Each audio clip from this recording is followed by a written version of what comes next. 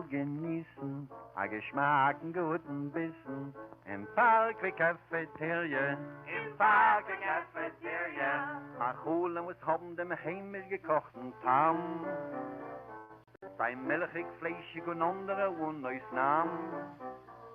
Es soll will genießen, a geschmacken guten Bissen, im Park wie Cafeteria, im Park wie Cafeteria.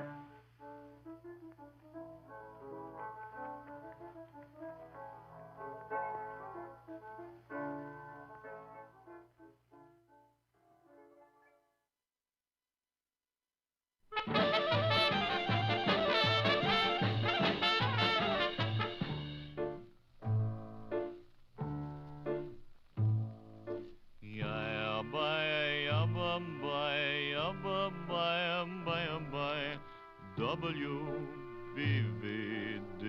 Hey, Baba, Reba.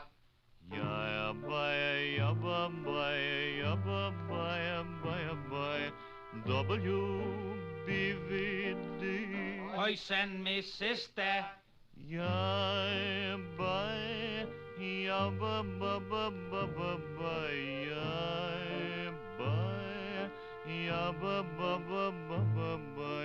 Every Sunday morning over WBVD.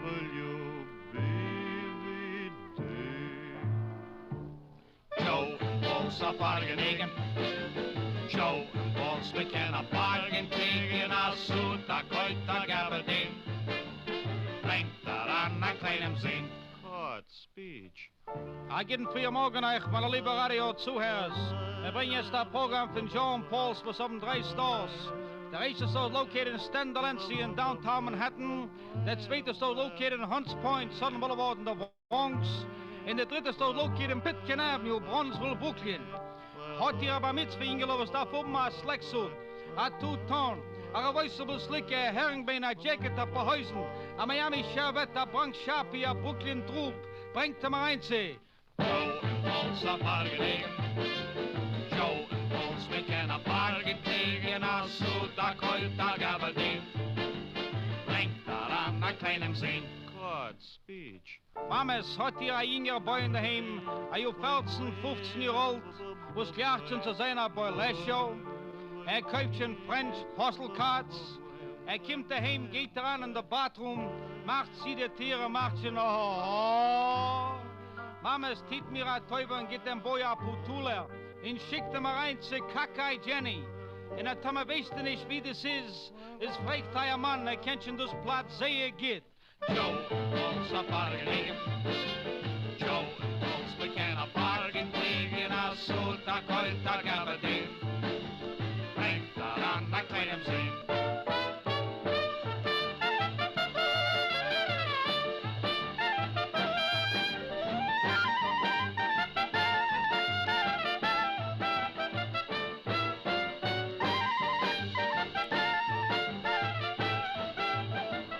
That's all.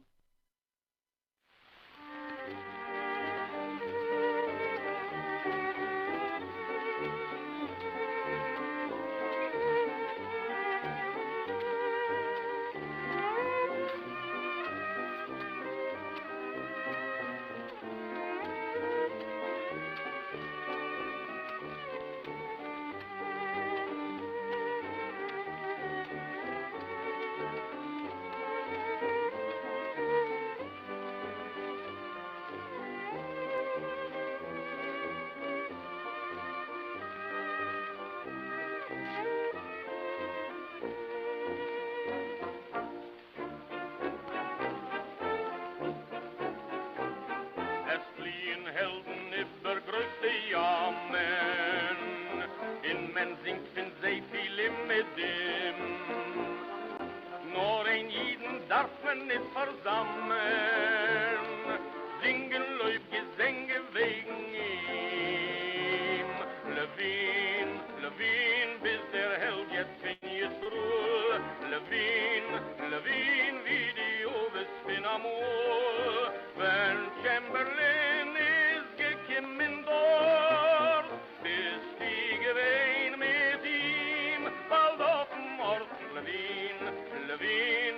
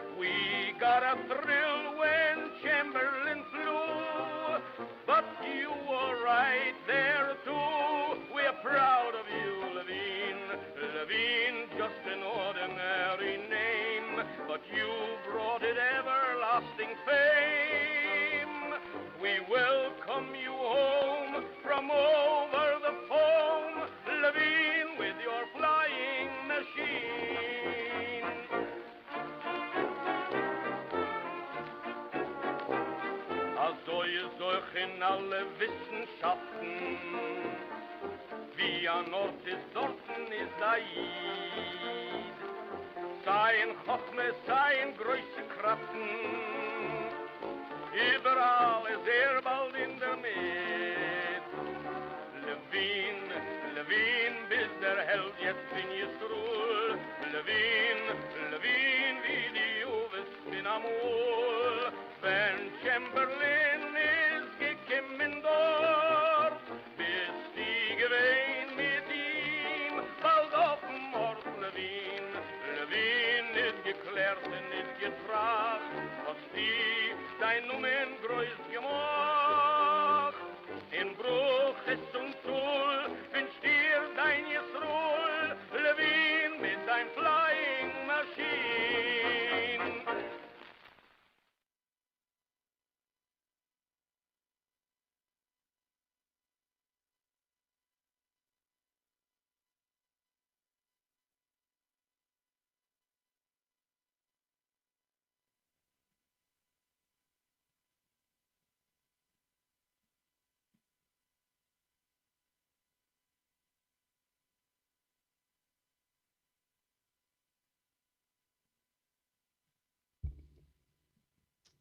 Shabbat Shalom, everyone.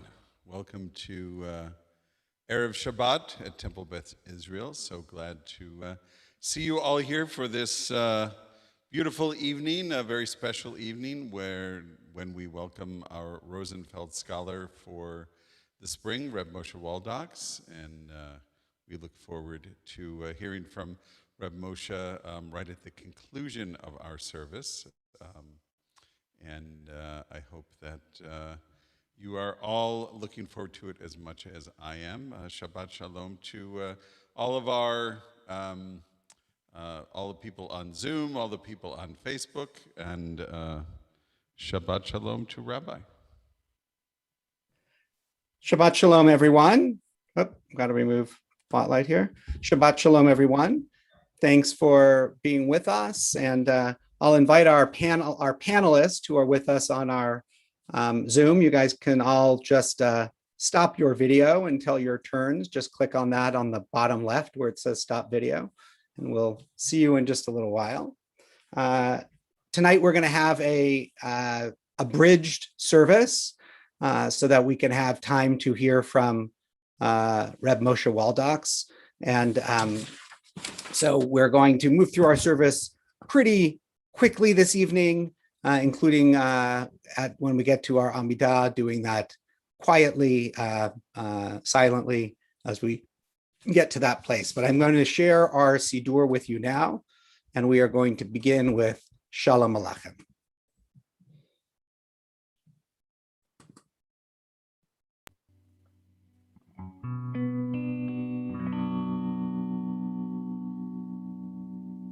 Die da da die die die die die die da die die die die die da die die die die die ya da da die die ya die die da die die die die die da die die die die Shalom Aleichem Malachei Hasharet Malchei, Malchei, Malchei Elyon Mimelech, Mimelech Malchei Amlachim HaKadosh Baruch Hu HaKadosh Baruch Hu Boachem L'Shalom Malchei HaShalom Malchei, Malchei, Malchei Elyon Mimelech, Mimelech Malchei Amlachim HaKadosh Baruch Hu HaKadosh Baruch Hu Baruch Hu L'Shalom Malchei HaShalom Malchei, Malchei, Malchei Elyon Mimelech, Mimelech Malchei Amlachim HaKadosh Baruch Hu HaKadosh Baruch Hu. Join me. Yadadadai, yadadadai, yadadadai,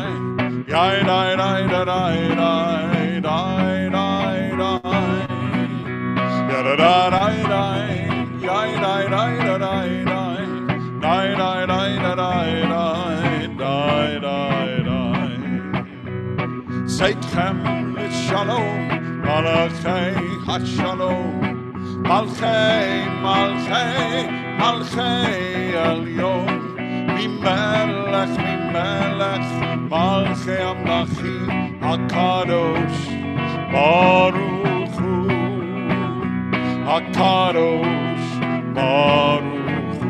One last time. Yadadadai, yadadadai, die, die, die, die, die, die, die, die, die. Yada, da, die, die, die, die, die, die, die, die, die, die, die, die, die, die.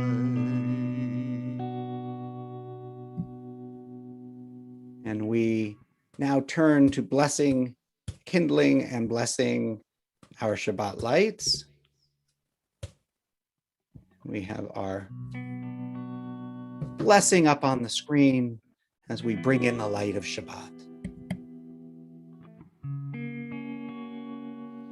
Baruch atah Adonai Eloheinu melech haolam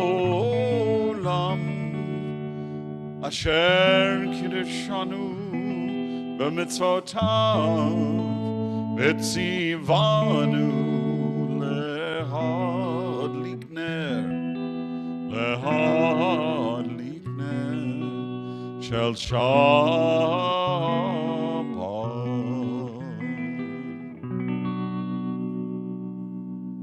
We will continue in a moment with Lecha Dodi. You have books at home. They're on pages. It's on page 20 and 21. But before we enter into the words of Lecha Dodi, we take a moment to reflect on the week that has been, to go back to last Shabbat, to spend a moment on each day on its blessings and on its challenges. And then we'll come back together to continue welcoming the Shabbat.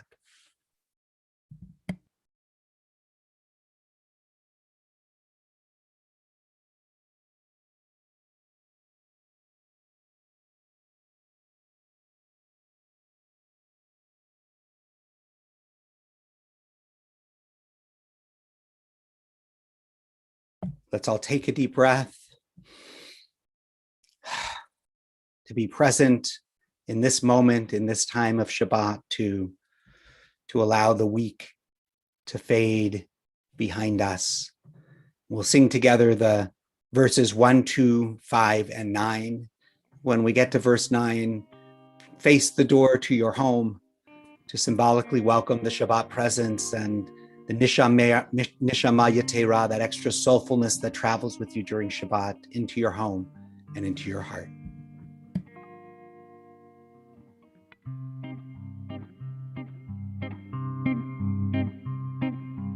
Lecha Dodi likrat kalai alalai alalai alalai b'nei Shabbat lehekabelah. Lecha Dodi likrat kalai alalai alalai alalai b'nei Shabbat lehekabelah. Shamor v'zachor b'dibur echan ishme'anu El Hamyuchad Adonai Echad Ushmo Echad L'Shem Multiferet Veli Ilah L'Chadoni Likrat Kalai Alalai Alalai Alalai B'nei Shabbat L'Chakabelah L'Chadoni Likrat Kalai Alalai Alalai Alalai B'nei Shabbat L'Chakabelah Likrat Shabbat L'Chuven Elcha Ki Mekor HaBracha Berosh Mikedem Nischa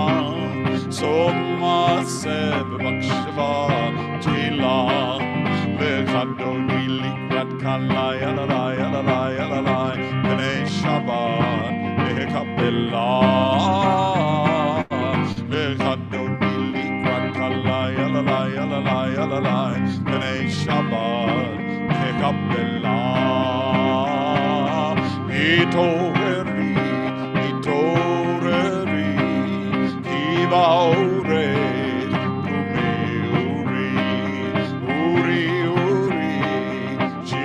Beiri, Kedvod Adonai, Alayich Niglach, Lechadoni Likrat Kalai, Alalai, Alalai, Alalai, B'nei Shabbat, Mehekabelah, Lechadoni Likrat Kalai, Alalai, Alalai, Alalai, B'nei Shabbat, Mehekabelah. Boi Shalom, Ateret Bala, Gam Besimcha, Uvzola, Toch Emune, Am Segula, Boi Chala.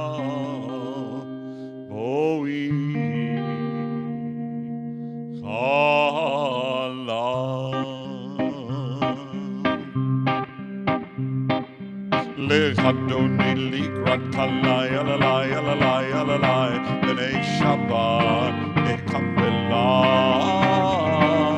Lechadoni likrat kalai alalai alalai alalai B'nei Shabbat Mehekabelah.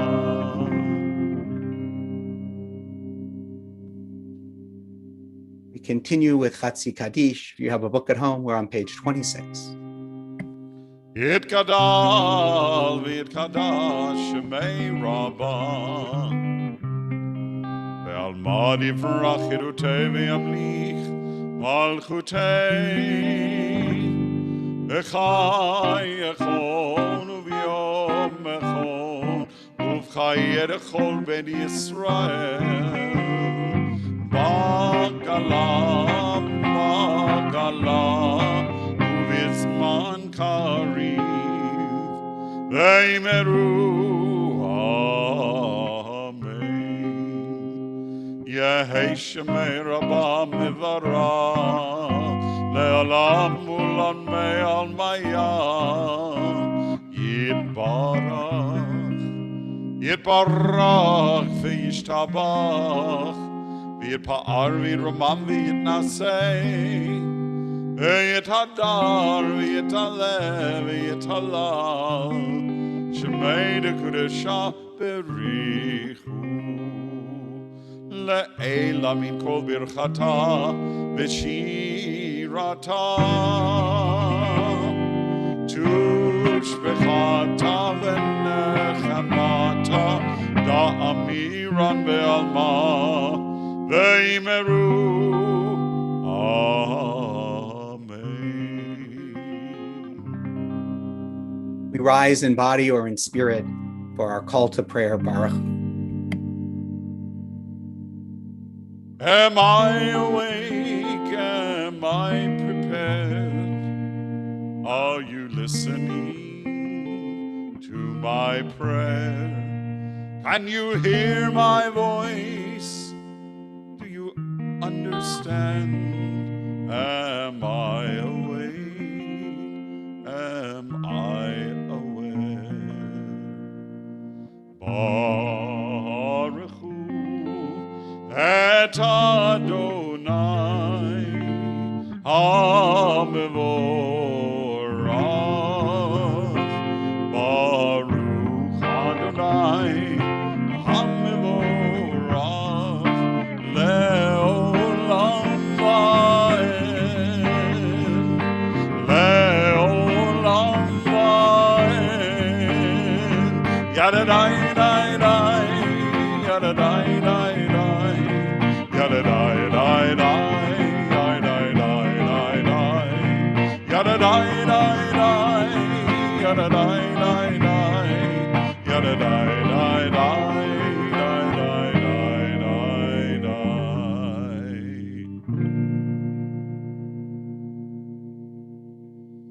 Last three lines in the Hebrew.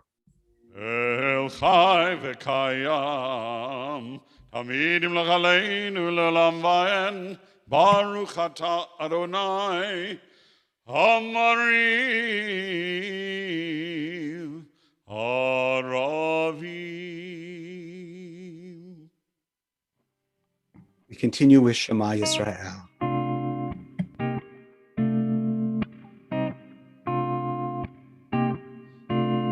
Shema Yisrael, Adonai Eloheinu, Adonai Echad. Shema Yisrael, Adonai Eloheinu, Adonai Echad. Shema Yisrael, Adonai Eloheinu, Adonai Echad. Shema Yisrael, Adonai Eloheinu, Adonai Echad. Baruch Shem Kevod Malchuto Leolam Vaed. Baruch Shem Kevod Malchuto Leolam Vaed. Shema Yisrael, Adonai Eloheinu, Adonai Echad. Shema Yisrael, Adonai Eloheinu, Adonai Echad.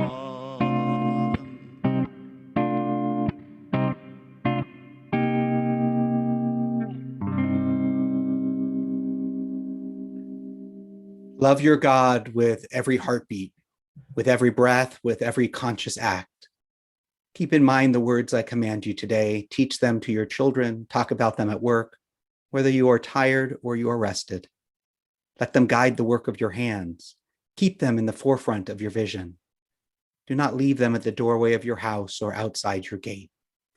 They are reminders to do all of my mitzvot, so that you can be holy for God. I am Adonai, your God. I led you out of Egypt to become your God. I am Adonai, your God. We'll continue with Lema'an Tizkeru. Lema'an tizkeru va'asitem et kol mitzvotai v'item kedoshim le'Elohechem.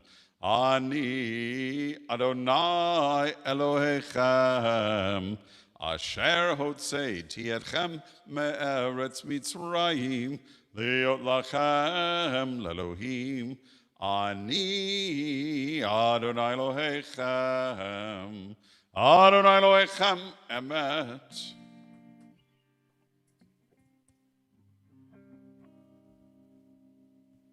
Standing on the parted shores of history, we still believe what we were taught before ever we stood at Sinai's foot, that wherever we are, it is eternally Egypt, that there's a better place, a promised land, that the winding way to that promise passes through the wilderness, and that there is no way to get from here to there except by joining hands and marching together.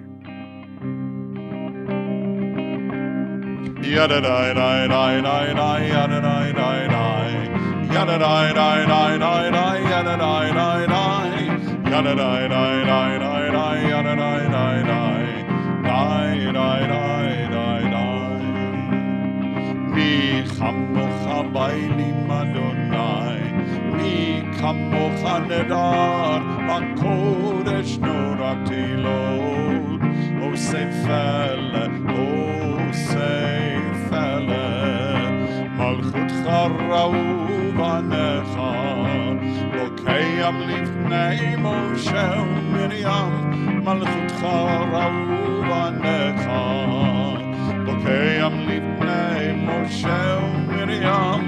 Yada da da da da da yada da da da yada da da da da da yada da da da yada da da da da da yada da da da ay ay ay ay ay Seli Hanve Amru Adonai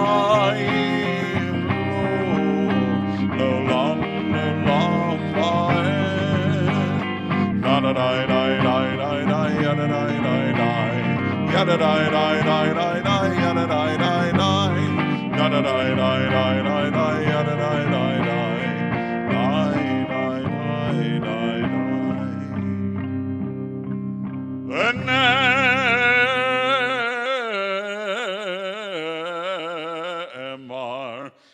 Adonai et Yaakov, ugalo ve'ad chazak mimenu.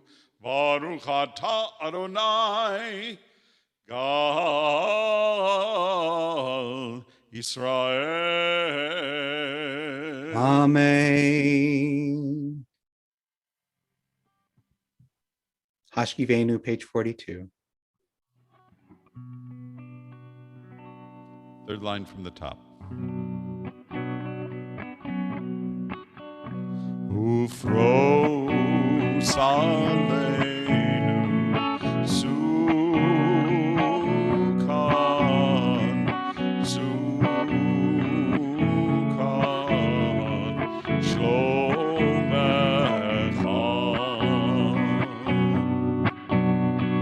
Yalla la la, yalla la la, yalla la la, yalla la la la la, yalla la la, yalla la la, yalla la la la la la la la. Ufros aleinu sukan, sukan, shlomecha. 6 lines from the bottom. Ushvor tzeitzenu uvoenu lechaim ulshalom ve'ata ve'ad olam. Baruch atah Adonai haporei sukat shalom aleinu, sukat shalom aleinu ve'al kol amo Yisrael ve'al Yerushalayim.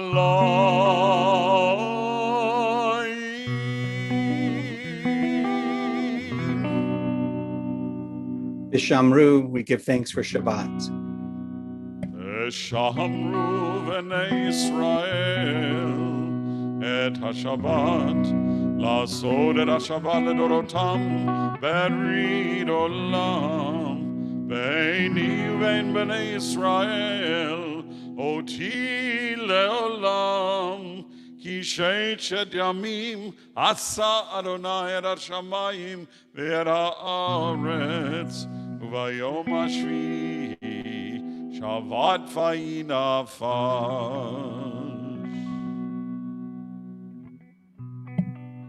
As we go into our Amidah prayer in just a moment, our tefillah, we're going to sing the first opening line here that's on your screen together, but then continue silently. I'll scroll through the first 3 prayers so that you can kind of see where we are, and then we're going to take a little time for a silent prayer, the text of our own heart. And then after that, in keeping with the theme of tonight's guest speaker, Dr. Randy Polivoy has prepared to share some music identified with a great Jewish comedic personality, Alan Sherman. And he will be joined by Cantor Paul as we conclude our Amidah at the end of this section on page 62. So we'll start with Adonai Tzvatai Tifta. Adonai Tzvatai Tifta V'yagi Tehilatecha Adonai, open up my lips, that my mouth may declare your praise. We'll continue silently.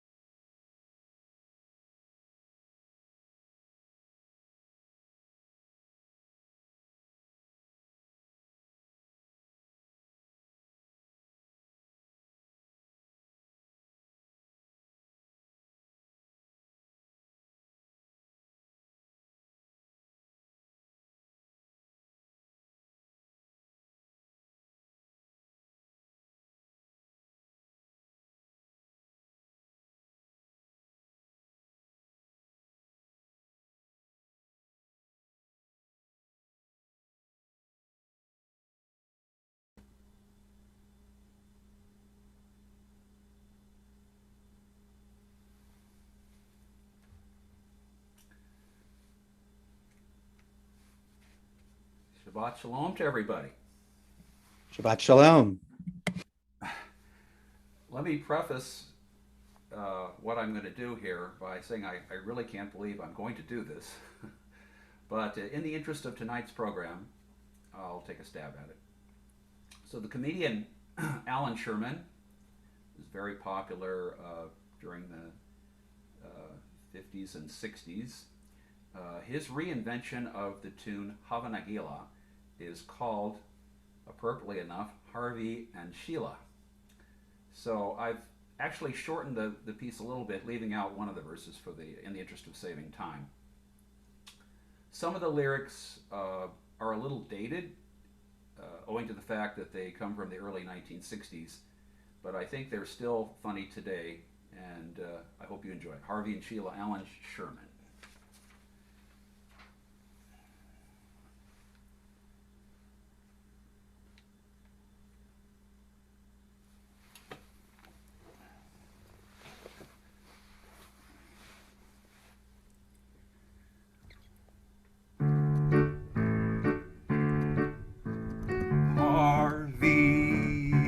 Sheila, Harvey and Sheila, Harvey and Sheila, oh, the day they met. Harvey and Sheila, Harvey and Sheila, Harvey and Sheila, no one will forget. Harvey's a CPA, he works for IBM. He went to MIT and got his PhD. Sheila's a girl I know at BBDNO. She works the PBX and makes out the checks. Then came one great day when Harvey took the elevator. Sheila got in 2 floors later. Soon they both felt they were falling. Everyone heard Sheila calling, ring the bell, but they fell. Harvey and Sheila fell in love.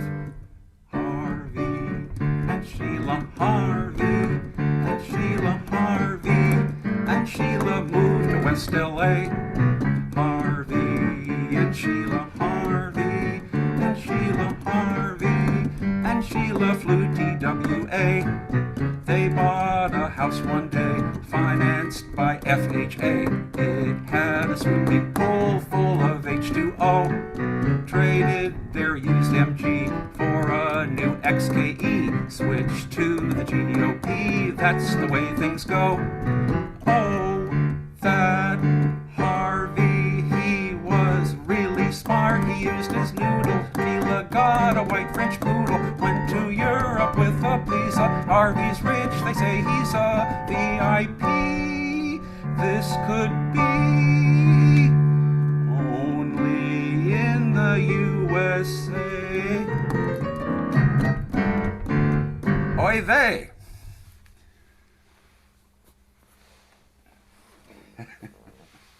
Incredible, Randy. Thank you so much. We'll conclude our core prayer, our Amidah, and our Sidurim on the bottom of page 62. Also with tribute to Alan Sherman.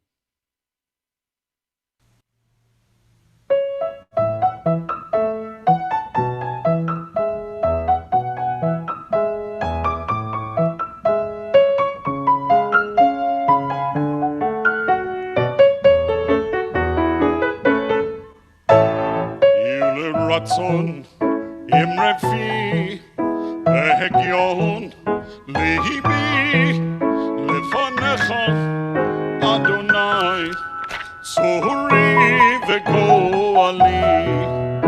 May the words of our mouths and the meditations of our hearts be acceptable unto you, O God, my rock and my redeemer.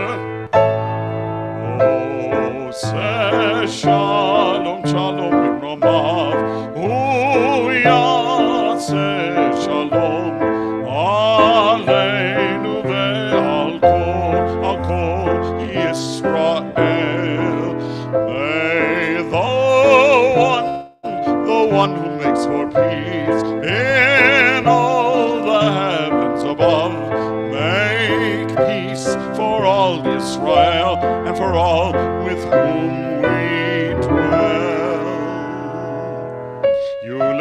רצון עם רפי והגיון ליבי לפניך אדוני צורי וגואלי רוצה שלום במרומיו הוא יעשה שלום עלינו ועל כל ישראל ועל כל יושבי תבל ויאמרו אמן.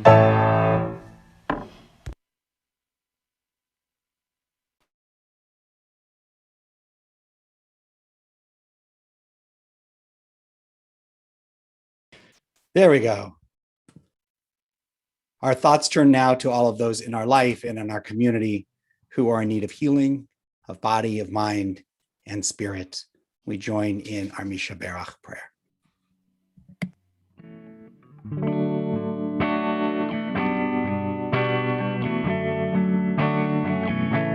O Holy One,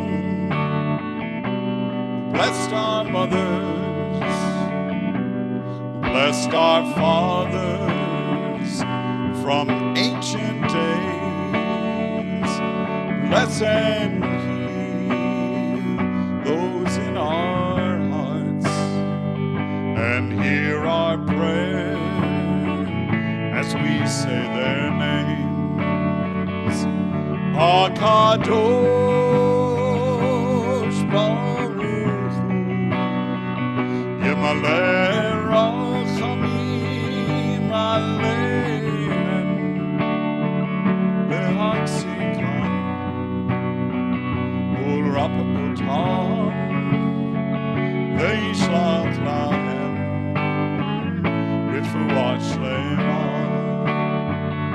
Refuat HaNefesh, Refuat HaGuf, B'toch Sha'ar Cholei Yisrael. Oh, blessed those in our hearts, and hear our prayer as we say their names. We ask for blessings upon Rebecca Gilman, Bela Pasternak, Hannah Fields Austin, Sue Toback, Alicia Goldfarb, Paula Steinbach, Rosalind Efkowitz, Helen Weinfeld, Gabrielle Silton, Pam Poliakoff, Connie Shapiro, Kathy Blumenfeld, Gloria Austin, Caitlin Antrim, Judith Bosworth, Kathy Brewster, Stephanie Holland, Jennifer Rudin, Susan Grohr, Ed Ansell, Marion Snyders, Kimberly Zimmerman, Lori Snyder, Brad Holland, Isley Holland, Mike Klein, Beatrice Caden, Meg Silton, Henry Gerard, Kirby Perkins, Brenda Found Gerard, Serena Postal, Bobby Kay, Marilyn Freeman, Robert Strober, Ava Bespris, Marilyn Lubarsky, Joe Kummerman, Char Alpert, Carol Sage, Flo Cohen, Ira Quatcher, Ellery Einstein, Ken Mitchell, Patricia Kramer, Joey Kubel, Jeff Klein, Ed Portnoy, Arnold Roth.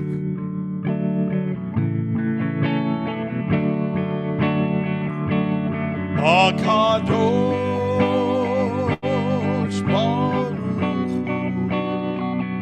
Yemaleh Rachamim Aleichem. Oh, bless and heal those in our hearts, and hear our prayer as we say their names.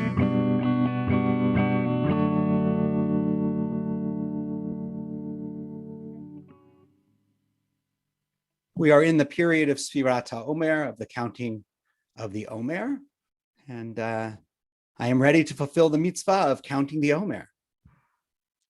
Hineni mukhan umzuman lekayem mitzvah aseh shel Sfirat HaOmer.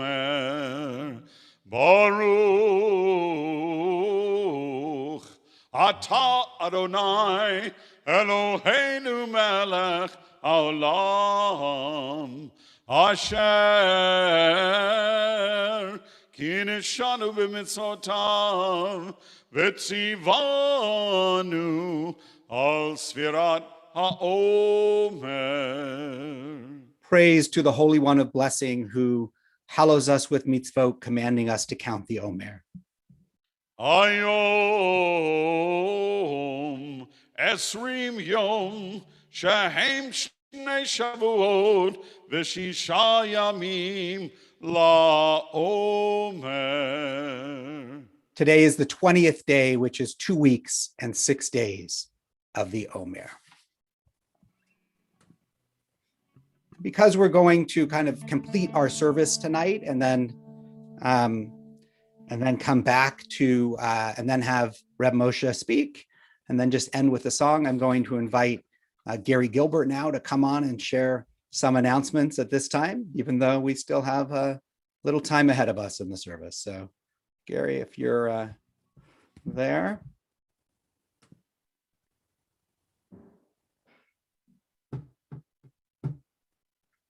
Gary, are you there? Maybe he'll come on later. He's there, but maybe he can't hear us. I am here. Yep, you are. There you go.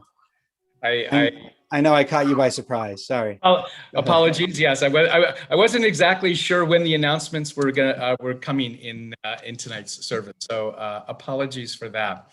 So Shabbat Shalom. Thank you to Rabbi Kupitz and Kenner Bush for leading us in Tefillah this evening. Thank you to Randy Polivoy for his always beautiful and tonight entertaining music. We thank Randy for going out of his comfort zone to provide us with some wonderful music from Alan Sherman. And I very much look forward to hearing from Reb Moshe and the wonderful things that he will tell us and help us learn more about Jewish humor. So a couple of just quick announcements.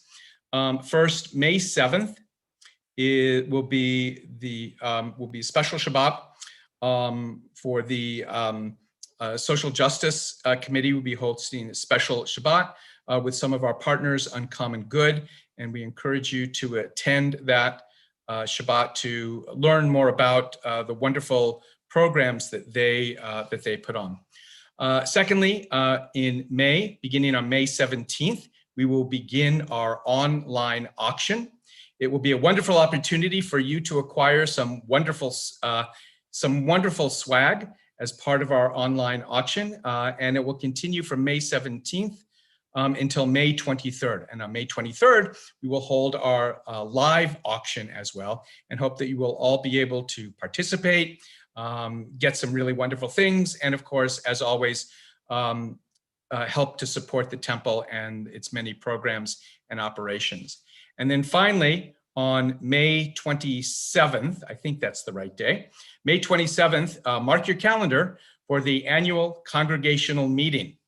More information about that will be forthcoming, but it'll be a wonderful way for you to learn more about the many exciting events that have taken place in the temple community this past year, and also learn about some of the very exciting plans that we have for the future as we gradually try to reopen our services and gradually try to come together more and more in person. So with that, I will say Shabbat Shalom and look forward to seeing and hearing from Reb Moshe. Thank you, Gary. Shabbat Shalom to you and to Gretchen, and thanks for being with us. We are going to, the only thing I'll add to Gary is he mentioned the live auction. That live auction is on the last night of our virtual auction. It is still virtual. It is a live virtual auction like we had last year, not live in person, but it will be a virtual auction. And we're going to now move into the concluding prayers of our service, Aleinu and Kaddish. We continue on page, oops, I'm on one page too far. If you're at home, middle of 282. Aleinu l'shabeach l'adon hakol, לתת גדולה לעוצב ראשית, שלא עשינו כגויי הרצון, ולא שמנו כמשפחות האדמה, שלא שם חלקנו כהם, וגור עלינו ככל המונם. ואנחנו קוראים ומשתחווים ומודים לפני מלך מלכי המלכים הקדוש ברוך הוא. ונאמר והיה אדוני למלך על כל הארץ ביום ההוא יהיה אדוני אחד ושמו אחד.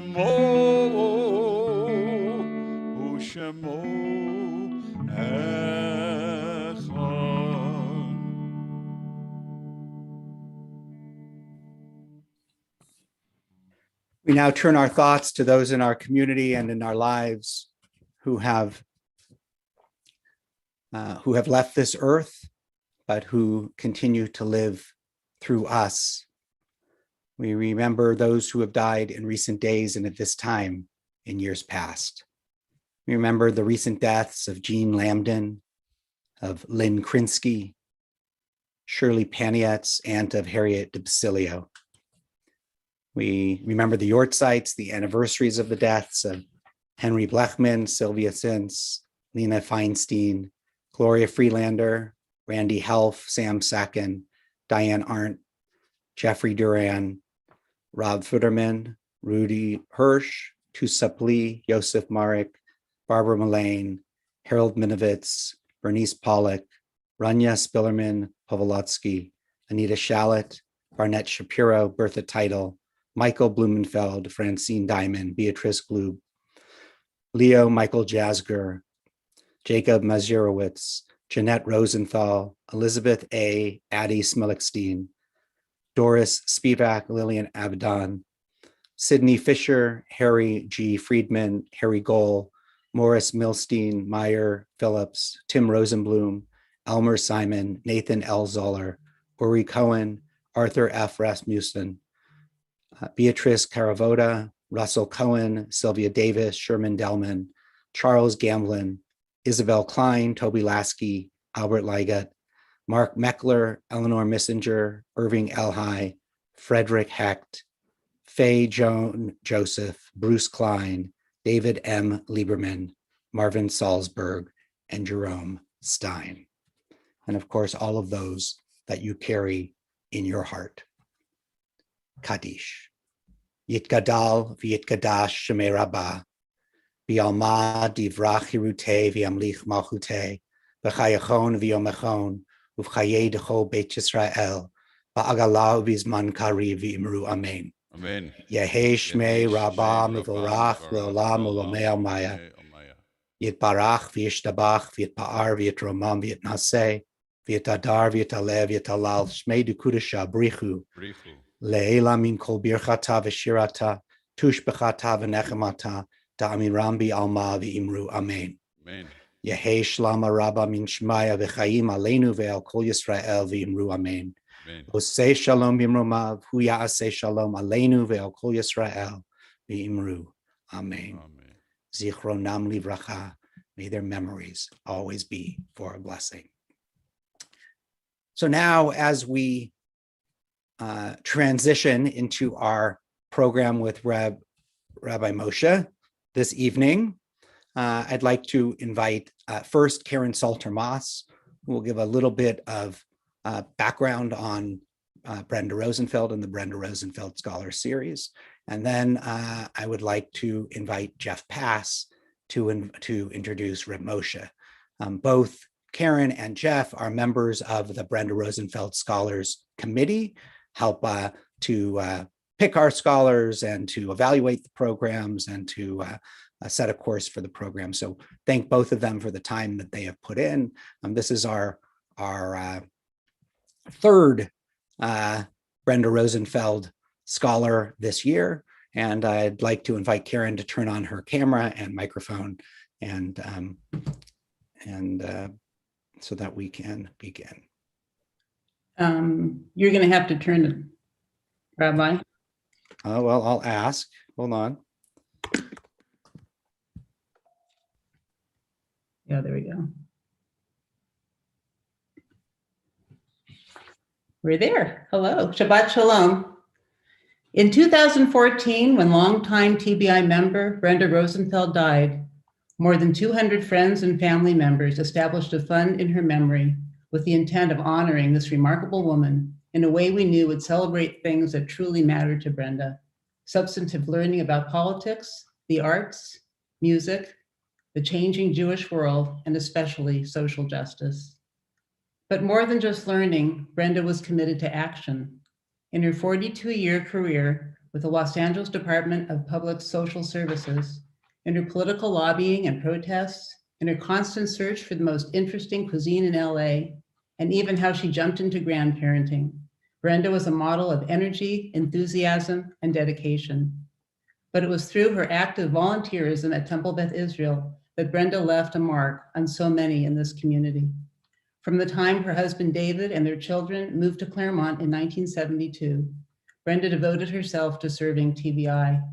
She chaired the membership committee, and later she took a lead with social action and ways and means committees. She served on the board and helped manage our auctions, our progressive dinners, our scholar in residence weekends, and many of our music events. I didn't know Brenda as well as many of those serving on the Brenda Rosenfeld Scholar Series Committee, but I do recall walking with her in the Jewish World Watch Walk to End Genocide back when my girls were in Beit Sefer. I recall her wonderful smile and infectious laugh, and was impressed then by her desire to save her life. I'm sure she would be pleased that it is this series that's in her name that brings Rabbi Waldox to us tonight to discover the meaning and power of Jewish humor. Shabbat Shalom. Thank you so much, Karen. Shabbat Shalom. Jeff. Good evening, everybody. It's my honor to introduce our speaker tonight. Reb Moshe Waldox is so famous that he has his own Wikipedia entry. The first paragraph of it says that Moshe Waldox is a raconteur, humorist, rabbi, interfaith leader, academic, community activist, television producer and host, and the co-editor of the Big Book of Jewish Humor, which is still in print since its publication in 1981. He graduated from Hebrew University in Jerusalem, where he studied the history of Jewish thought.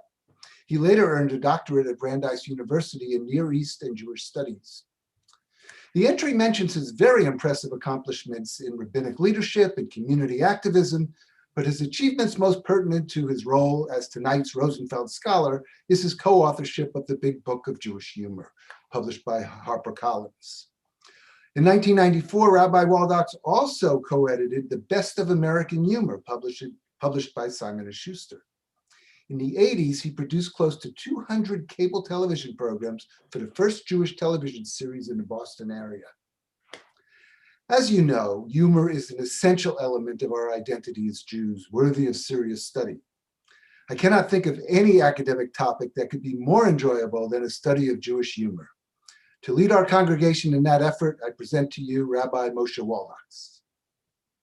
Thank you, Jeff. Reb Moshe, welcome to our virtual Bima. You're still muted, Reb Moshe. Okay, how's that? Better? Perfect, thank you. Yep. Good, I want to thank a wonderful introduction to hear all that while you're alive. It's really very good.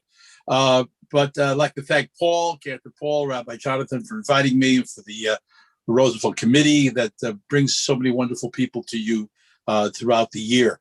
Let me just start, since it's Friday night, Shabbat Shalom to you, with a little bit of a psalm, a summer psalm. And here's how it goes. The Lord is my backstop. I shall not get behind the hitters. He keeps them grounded out and in the infield, and he walks me to the dugout cooler. He throws a new ball back. He lifts low pitches up to the strike zone. Yes, even when the bases are loaded, I don't worry about the runs, for he'll block the plate, and his mitt and his pads reassure me. He has the book on their power hitters. He showers me with champagne at the World Series. Surely gum cars and shave ads shall follow my career, and I'll be enshrined at Cooperstown forever. Yes, my friends, The essence of Jewish humor is the capacity to, if you will, look at what we have and turn it over and over and over until we see what's really behind what really is. Because ultimately, good humor of all kinds, and Jewish humor in particular, has a goal in mind. And that goal in mind, particularly in Jewish humor, which may be different than other kinds or other ethnic groups, but for us, Jewish humor is really a way to look at who we are as a people. And one of the most important things you should understand and take away with you from this evening is that Jewish humor is not necessarily self-hating or self-denigrating. It is self-critical. And we have the right. This is so important. I want you to say, Shabbos, I'm not going to ask you to take notes, but it's really important to know that our community can have as much stupidity as any other community. And we do it very well. We have a lot of stupidity, and it's worth making fun of. So that's the first thing. Jewish humor is self-critical. And maybe in a certain way, I can't really prove this, but that doesn't mean I can't tell you anyway, is that there is maybe a line that goes from the prophets of old who spoke truth to power to the comedians of today who still in a certain way are talking truth to power by showing the fact that underneath it all, there's a facade that we have to get through to perhaps get to a kernel of truth. The second thing I want you to remember, but I'll tell you some stories as well, of course, I'm not going to make this into a straight lecture, is that how many people, this is, I'm sure many of you out there, have heard the expression, it's a very sentimental, schmaltzy expression, that Jewish humor is laughter through tears. You know, it sounds so good, but the bottom line is humor and Jewish humor does not stop bullets. It's really an erroneous, fallacious kind of idea that Jewish humor is somehow laughter through tears. I'm not saying it ignores the fact that we've had, what should I say, an interesting past of ups and downs, and certainly a lot of downs. But what it really, really is important to understand is that if you accept that idea that Jewish humor is laughter through tears, what you are accepting is an idea that a great historian years ago, Sela Baron, was one of the few professors at Columbia University before there was any really Jewish studies. He wrote, and he said that by saying laughter through tears, what you are accepting is the lachrymose theory of Jewish history, the tearful saga of the Jews. You know, here it goes, we suffered, and we suffered, and we suffered, and then we moved, and then we suffered, and then we suffered, and then we suffered, and then we moved, and then we suffered, and we moved, and we suffered, and we moved. Be Jewish. Now, that's a real invitation, if I ever heard one. But the bottom line, he says, is if you accept that definition, the lachrymose, tearful saga of the Jews, you are basically, if you will, totally ignoring what really brought us to this very day, this very time. And that is immense creativity in every aspect of Jewish life that Jews have exhibited wherever they have lived. That is that ultimately is what kept us going. Laughter, sure. But what laughter's purpose is not necessarily only to work through tears, to go through tears, but what Jewish humor wants us to do is basically to live a life that is encompassing all the different things that make us human. All those things are part of Jewish humor. Food and friends, and you're allowed to make fun of everything, even God. You can't make fun of your mother too often, but even your mother, and then certainly you can your mother-in-law, but that's a whole different genre. But the bottom line, my friends, is that Jewish humor is something that is full of the life and the stuff of life, and we make fun of it. And why do we make fun of it? Because we love it. And why do we love it? Because it's something that really, really generates, if you will, a great deal of depth within us. So Jewish humor is, and I'll just stop the lecture part of this and tell you some stories, but Jewish humor really is part of that long Jewish intellectual tradition that goes back to the funniest parts of the Bible. There aren't many, maybe two. Well, you think the flood was kind of funny. You know, the flood was funny. Think about it for a minute. You know, Noah's given all these instructions of how big the ark should be, and this and that, and that, this and that, this and that. And there's no mention at all of sanitation facilities anywhere in the mark. So you can imagine by the third week in, there's a lot of slipping and sliding going on. Well, that could be kind of slapstick. Not too Jewish, but very slapstick. There are other funny moments in the Bible, but not many. To be honest, when you see a book saying wit and wisdom of the Bible, it's not going to be funny. It might be wise, but certainly not funny. But where do we get our funny stuff from? That's the real question. The funny stuff we get is from the art of parody, P-A-R-O-D-Y. The Summer Psalm was an example of that. Hello, Mother, Hello, Father was an example of that. Harvey and Sheila, that was an example of that. And perhaps the most remarkable parodist that we've had over the last, 75 years has been Mel Brooks. Mel Brooks takes genres that we know and he flips them over and creates a parody. And that's really the essence of where Jewish humor came from. The first parody that we have is the Scroll of Esther, which appears, of course, in the books of the Bible, in Ketuvim, in the writings, and of course is read every year at Purim, as all of you know.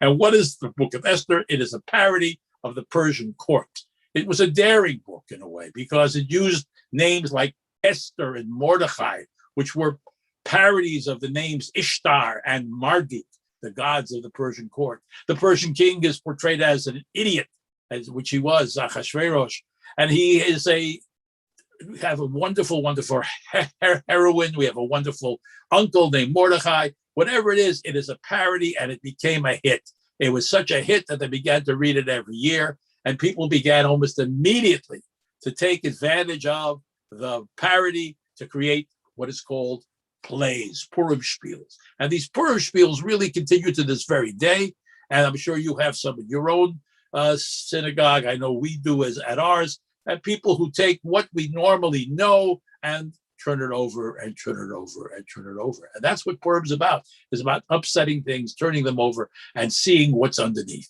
And that's what masks are about.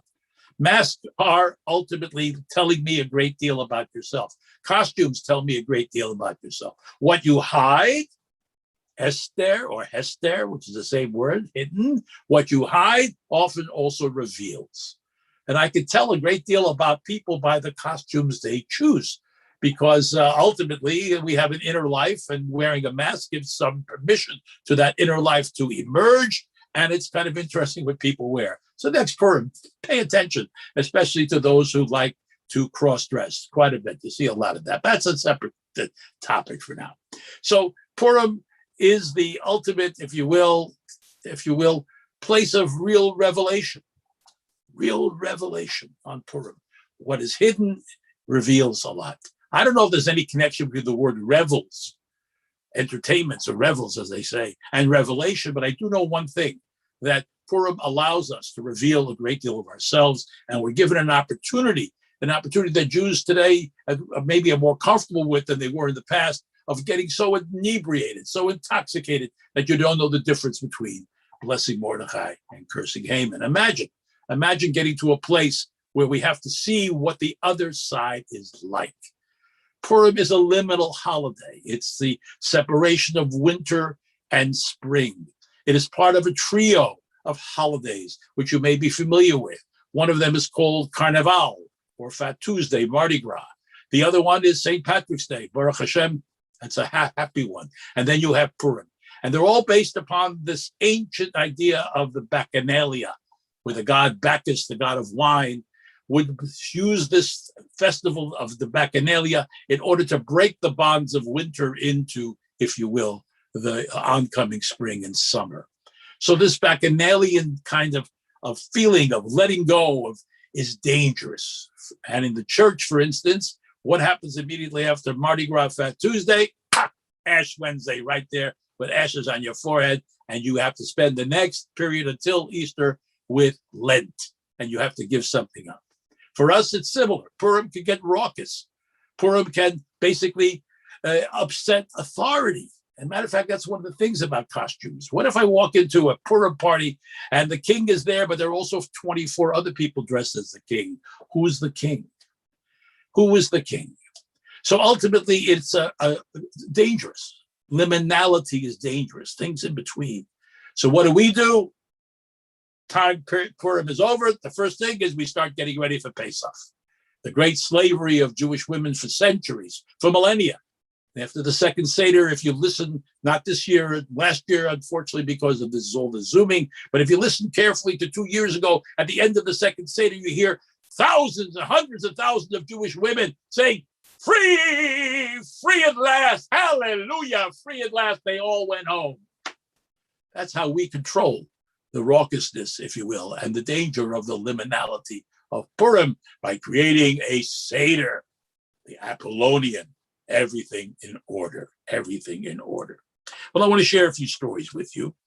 One of my favorite stories has to do with a shul. I like shuls. I'm a rabbi. I like shuls. What can I say? And this is a shul that's far away from everything, maybe even further away than even Pomona is, from wherever Los Angeles is. I'm not sure. But it's far away. And during the year, they can hardly get a minyan, hardly get 10 Jews together to create a service. But they have a phenomenon. I don't know if you have the phenomenon out there. We have it in the East Coast. It's called the High Holidays. You may have heard of it. It's usually in the fall. As a matter of fact, there's one congregation I know that now does it every other year because it's really a pain opening up all the panels and putting in new chairs, but they do very well. Now, this little congregation could hardly get a minyan, I mentioned on Shabbos, but on Rosh Hashanah and Yom Kippur, they fill the place. They don't understand why, but one of the great attractions they have that fills the place is an old chazan. Paul may appreciate this, being a chazan himself. And this chazan, Kenaina Hara, poo, poo, poo, poo, poo, poo, poo, poo, poo, against the evil eye. He's 88 years old, kind of horror. And they keep this cantor, this chazan, chained to a tenement in the old neighborhoods. And every year they could say, we're bringing the chazan from the old neighborhood. People are very excited because it's the only time they see him is on the high holidays. So I want you to picture the scene, my friends. It's not called Nidre. It's now Ne'ilah, the final service. You got a different crowd. You got the called Nidre crowd, and then you got the Ne'ilah crowd. You know what I mean. I don't have to go into details. And it's the beginning of Ne'ilah. And 72 minutes later, there's going to be a break fast. You can smell the coffee's already been wafting through the air for about an hour. People are salivating. It's really not a great aesthetic scene. But the chazan is about to get up and about to begin this plaintive tune, a tune which has been heard for thousands of years by our people, a tune which opens the heart to true repentance, to tshuva. And what is that tune? And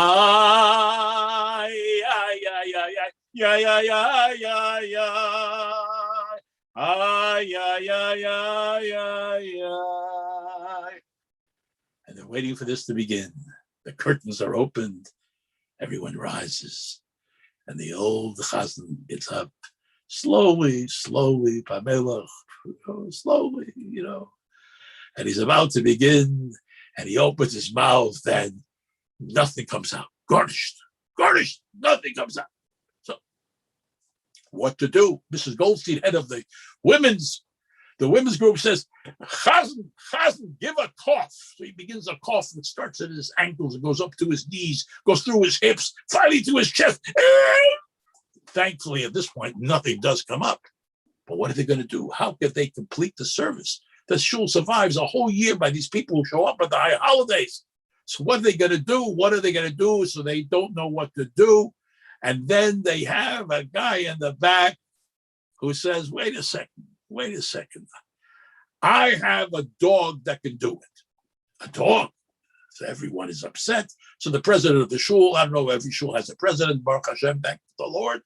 And they call a conference on the front of the bima, and they put up their talitot, the talesim on the a conference room. And they have a big discussion. Look, he wants a dog. He can't do a dog. So there's one guy who's the head of if you know who this guy is, the financial committee. You know who he is. He's a guy, he's always jingling change in his pocket. In the old days, people used to take the bus. So you needed change. So he had about $150 of change. He jingled all the time in his pocket. And then, I don't know what else he was doing in his pocket, but he was smiling a lot. And then, of course, the head of the ritual committee, a more conservative guy, polyester black suit, white socks, sensible shoes. And he says, you can't do this. You can't have a dog do this. This is not a zoo. It's a shul. I know you guys, this year will be a dog. Next year will be a penguin. Then they'll have a giraffe. We don't want this to happen. But meanwhile, they come up with a compromise. Now, what's the compromise? If a little dog is willing to wear a little yarmulke and a little tallis, maybe they can get away with it. So sure enough, in a few moments, a white and tan, shaggy dog walks down the aisle. And from the side, he looked like the chazan a little bit, but I don't want to talk about that now. He goes up and he's wearing a little yarmulke and he's wearing one of those new Japanese Mae West talesim. You know what it does? If there's a flood in your neighborhood or a flood in your shul, you pull on the tzitzis and it expands. That's why it's called the May Western. Well, the dog gets up, he's about, opens his mouth, and it's unbelievable. My friends, this dog is fantastic. This dog is fantastic. He has a 6-octave range. He knows every tune from the Elah, from every chazan that ever made a record of pinchik. He has a quarton. He has all the great cantors. He knows it all. The place goes bananas. The service comes to an end, and everyone's sitting stunned. The air of repentance is so thick, it was like an old Shapiro wine. You could cut it with a knife. Nobody's running to the doors to trample little children to get to breakfast. They're sitting there stunned. This is an experience they've never had before.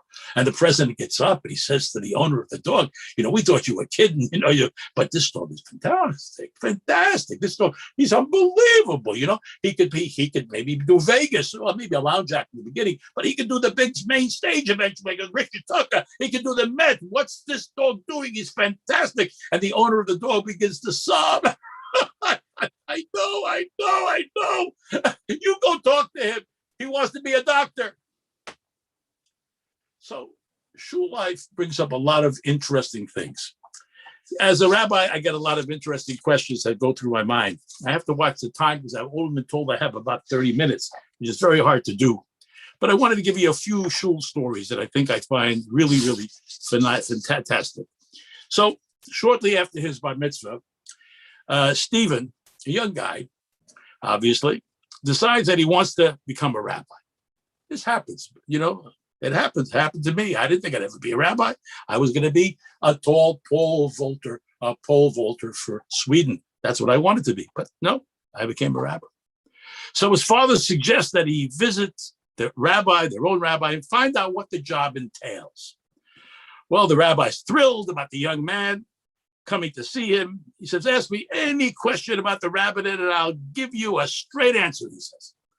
Well, Rabbi, aside from a 15-minute sermon on Shabbat morning, do you do anything else all week? Stephen, says the rabbi, with a question like that, I'm not sure you want to be a rabbi. You might want to be a shul president. Rabbi, says the visitor, I work for the Internal Revenue Service. Do you have a member of the congregation named David Tepper? I know him well. Well, Mr. Tepper claims that he donated $10,000 to the temple, and I'm here to make sure he did. I don't know if he did, says the rabbi, but I can tell you one thing. He will. He will. And finally, I do a lot of interfaith work, was mentioned. I can't get into everything, but one of the great experiences I ever had was the creation of the Jewish-Tibetan Buddhist dialogue. About 30 years ago, I had the pleasure of joining a group of Jews to visit the Dalai Lama in India. And anyone ever been to India knows that it's like going to another planet, and one of the great concepts of India, you may know, is reincarnation. We even have that in Judaism. Certain Kabbalists believe in reincarnation. I happen to believe in it too, but I can't get into that right now. But you never really appreciate the idea of going to your next life until you've been in a cab with a Hindu driver who's rushing to get to his next life before you want to get to yours. So we went up to see the Dalai Lama. It was Reb Zalman Schachter, Yitz Greenberg, a whole list of wonderful people. And one of the things that my job was to do, because I was a humorist, was to warm up the crowd. So there's a big conference going on, which we attend, of all Buddhist monks from all over the northern part of India, where and they come to Dharamsala. Dharamsala is where the government of exile is of the Tibetans, who were, of course, invaded by the Chinese back in 1949. And my job was to get up and to, work the crowd, as they say, warm them up, And I don't know, it's amazing, but I got up there and I see a room full of faces, and then are looking at me with a blank stare. I thought I was looking at a mural on a wall. Not a smile. Everybody looked like, the old guys all looked like, I don't know if some of you may remember, they all looked like Ernest Borgnine, really rough faces. So I'm looking for a story. What can I tell for this group? A very unique group. How often do you play, the palace? It was a Buddhist palace, but I played the palace. It's a big, big deal. So I started to think of a story, and I came up with a story, and I'm telling it, and I'm getting no reaction. And then a younger monk comes and pulls my sleeve and he says, excuse me, you should know, this might be of help to you, that they do not understand English. I said, thank God. I felt better, really better. Says, okay, you translate the story. So I said, okay, what's the story? He says, well, it's a story that I think will really be appreciated by Tibetan Buddhist monks. I hope you appreciate it as well, wherever you are. It's a story about two guys, Bob and Bill. And Bob and Bill are buddies. Bob and Bill are buddies. It's an alliterative joke. It goes on and on. Bob and Bill are buddies. And they've been friends since they were little kids, and they're the tightest of friends. And they've done everything together. They grew up together, school together, the JCC together, the Tushy Towel game together. They've gone traveling together. They have become close, so close their entire lives. And at the end, they're getting a little older. And they're sitting down, they've been retired for a few years, and they're sitting around, and he says, let's make a l'chaim. Oh, okay, sure. They lift up one, then they make a second one, the third one. By the fourth one, they're getting a little sloppy, and really stuff is beginning to come out. And the guy, Bob, says to Bill, Bill, I love you. I love you like a brother. I never liked my brother. I love you. You're a wonderful person. You really helped me all through my life. And they make another couple of l'chaims. By the 10th l'chaim, they come up with a plan. Whoever's going to die first is going to contact them from the world to come. Well, after the 7th or 8th or 9th or 10th l'chaim, they forget about it. And as we say in our tradition, after 120 years, what can I say? Unfortunately, Bob dies, leaving Bill bereft. Another part of the alliteration, Bill and Bob are buddies, and now he's bereft. Bereft, by the way, should be a Yiddish word. He's bereft. Nobody can cheer him up. His best buddy has died. His children gather around him. He can't cheer up. He's walking around in his bathrobe for weeks and weeks, like many of us during this whole year, walking around in the bathrobe every day. Finally, the phone rings. 3 months later, and the phone rings, and he picks it up. He goes, hi, who's this? This is Bob calling. Bob? You're calling?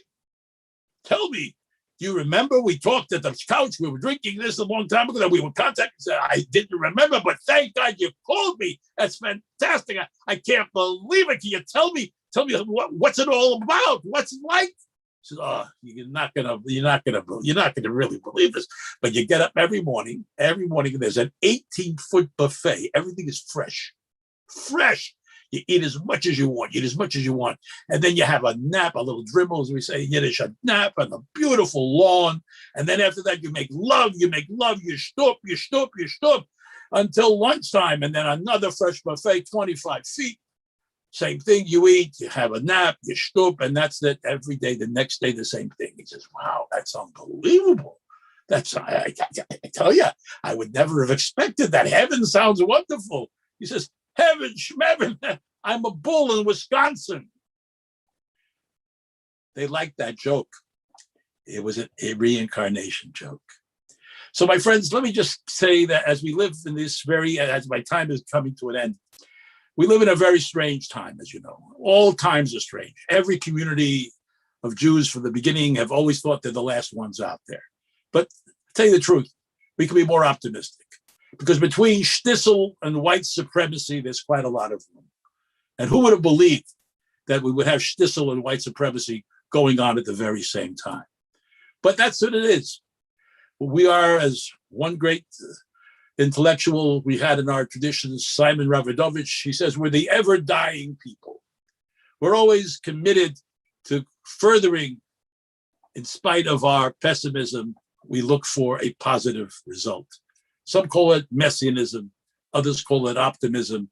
Some will call it the fact that ultimately, Netzach Yisrael lo yishaker, the eternity of Israel is not a lie. And I see that Jewish humor is really one of the wonderful threads that has gone through this. The capacity to laugh at ourselves, to laugh at rabbis, to laugh at institutions. And Jewish humor never comes from the top down, it's always from the bottom up. It's something that allows us as individuals to raise up our minds with laughter, but that laughter has to be a laughter that is teaching something. And Jewish humor is unique, I believe, in that its humor really is a lesson. So I don't know what I can end with except one thing. And I don't know if there's an etymological root between or the word human and the word humor. I don't know. I'm not an etymologist, nor do I play one on any TV show. But my friends, I tell you, and I can tell you this from the depth of my heart, that without humor, we are less human. And to have a sense of humor is not only to have, as in slapstick, seeing someone else fall off a ladder.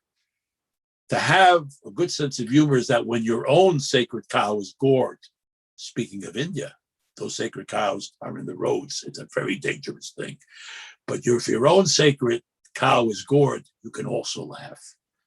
That's the challenge. It's a challenge for us. And a lot of Jewish humor today, I'm glad to say, has changed then Jewish style humor, which was a certain kind of urban beat.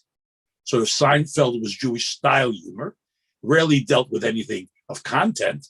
And now we're seeing a great deal of Jewish humor that actually comes from comedians who know something about Judaism. And it's really, really a fantastic thing to see. Jewish comedians back when I grew up, of course, on the Ed Sullivan Show, I would say the vast majority were sons of Eastern European immigrants in the 1920s and 30s. But today there are young American comedians, Jewish comedians.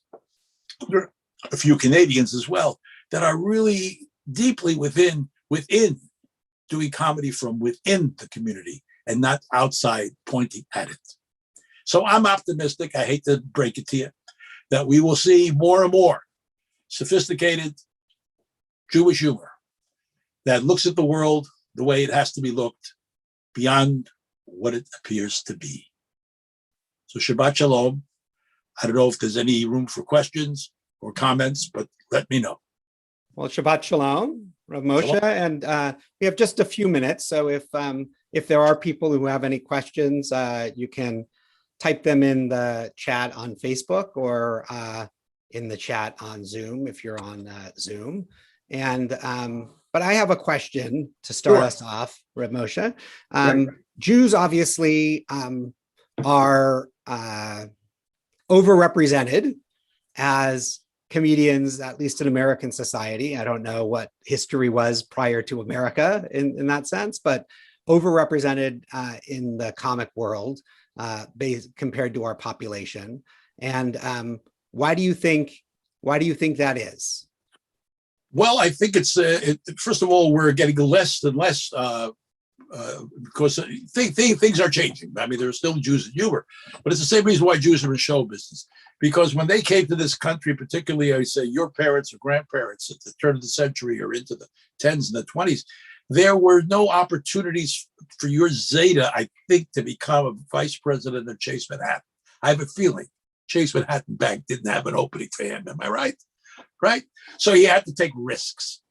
And show business was a risky business. And Jews got involved in it early, and they realized that they could be part of what is, I think, the greatest contribution we've made to American culture, and that's our humor. African Americans contributed jazz. We no longer call it black jazz, we call it American jazz. And we no longer call it Jewish humor, only Jewish humor, we call it urban humor. It's kind of interesting. So I think part of it is that we understood that being as an outsider, well, that's important for humor, by the way. That's why I think we're seeing less Jews, because they all want to become hedge fund managers. A little more security. Not really, but they think so. But the idea is that the outsider is accepted as someone who is observing what really is.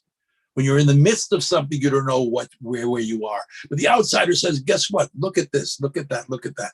And observational comedy, of course, Seinfeld's a great example of course. Looking at what we are.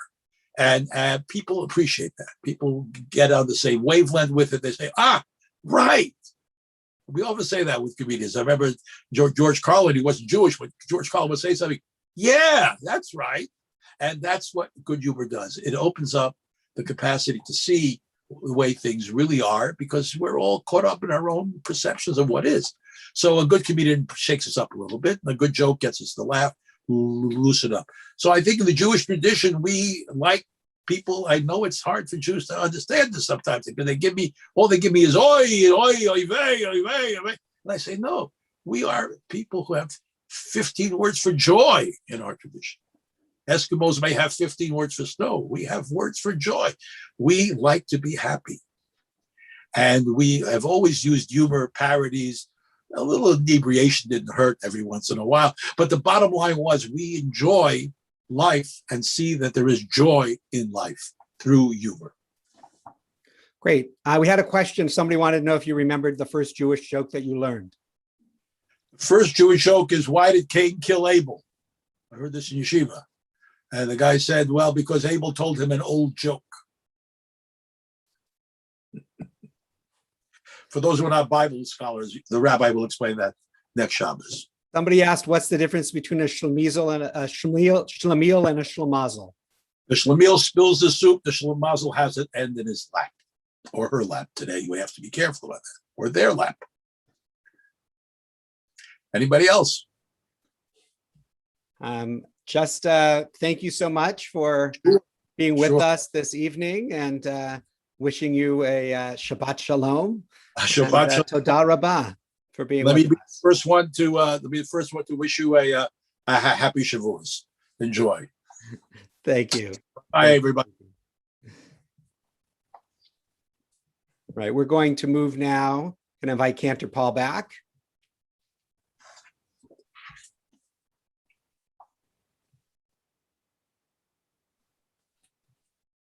Cantor Paul, there he is. I'm here.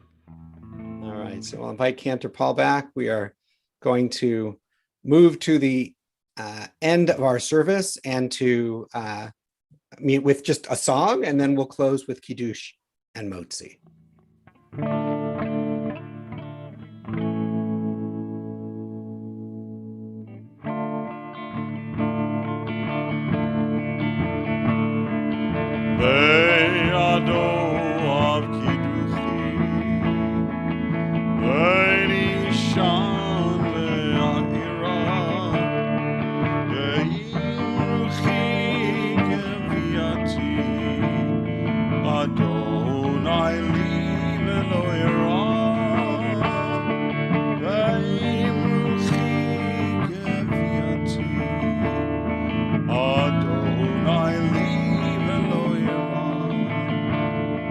My soul I give to you,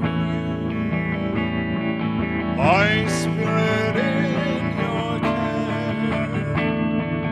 Draw me near, I shall not fear. Hold me in your hand. Draw me near, I shall not fear. Safely.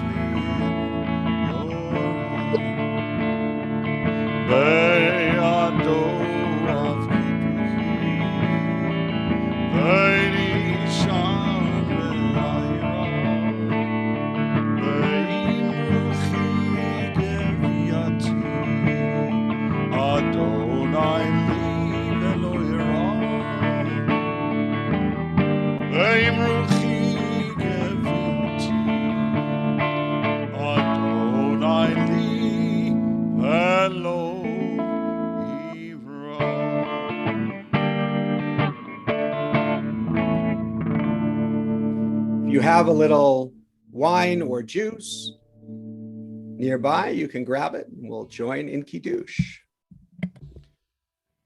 Baruch atah Adonai Eloheinu melech haolam borei peri hagafen.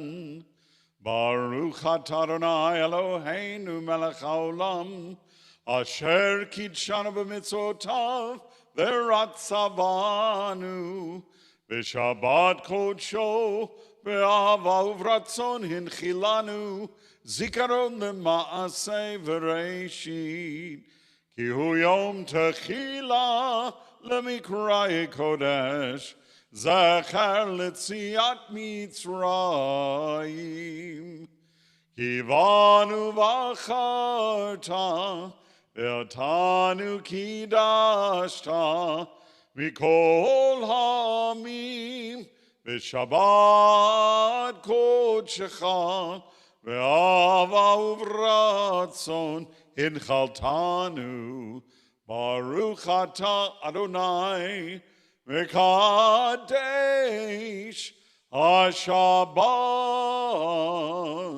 Chaim. Chaim. If you have a little challah, you can grab it, a little bread, and we'll make motzi.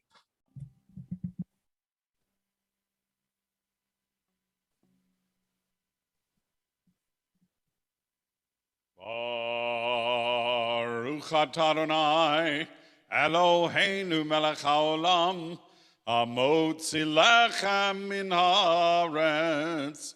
Shabbat shalom. Shabbat shalom, everyone. Thank you so much for being with us. We are back tomorrow night at 7:30 on our Zoom Siyum channel. Check your congregational update, your TBI update, which came Thursday night, for all the links. 7:30 tomorrow night for Havdalah, counting the Omer, and our evening Siyum, concluding Shema and Hashkivenu prayers. Hope to see you all soon. Lihitraot. Lihitraot, Shabbat shalom, Torah Rabba Reb Moshe. Thank you all for joining us.